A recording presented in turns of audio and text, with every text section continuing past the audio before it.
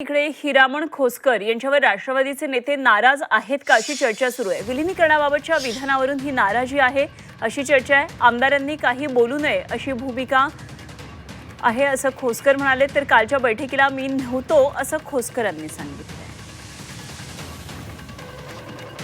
की जवळपास 35 आमदार हे विलीनीकरणाच्या बाजूला आहेत असं त्यांनी म्हटलेलं होतं आणि काही आमदार जे आहेत ते अजूनही त्यांची भूमिका ठरलेली नाही। त्यामुळे या विषयावरून अर्थात महाराष्ट्रामध्ये चर्चेला सुरुवात झालेली होती।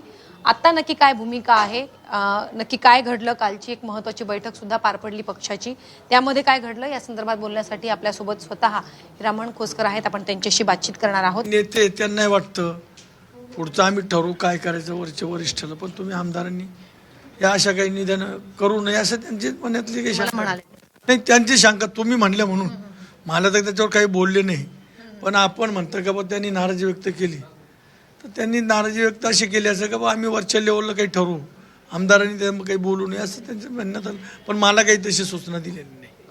नक्कीच, पण पुढची काय भूमिका असणार आहे? कारण आता तुम्ही त्यावरती फारसं काय बोलत नाही, कारण वरिष्ठांनी अर्थात तुम्हाला यावरून नाराजी व्यक्त केलेली आहे किंवा या विषयावर आता बोलू नये काही नाही आहे, परंतु त्याच्यावर आता पुढच्या मिटिंगेत पुढच्या मंगळवारी काय ठरेल त्याच्यावर बघू।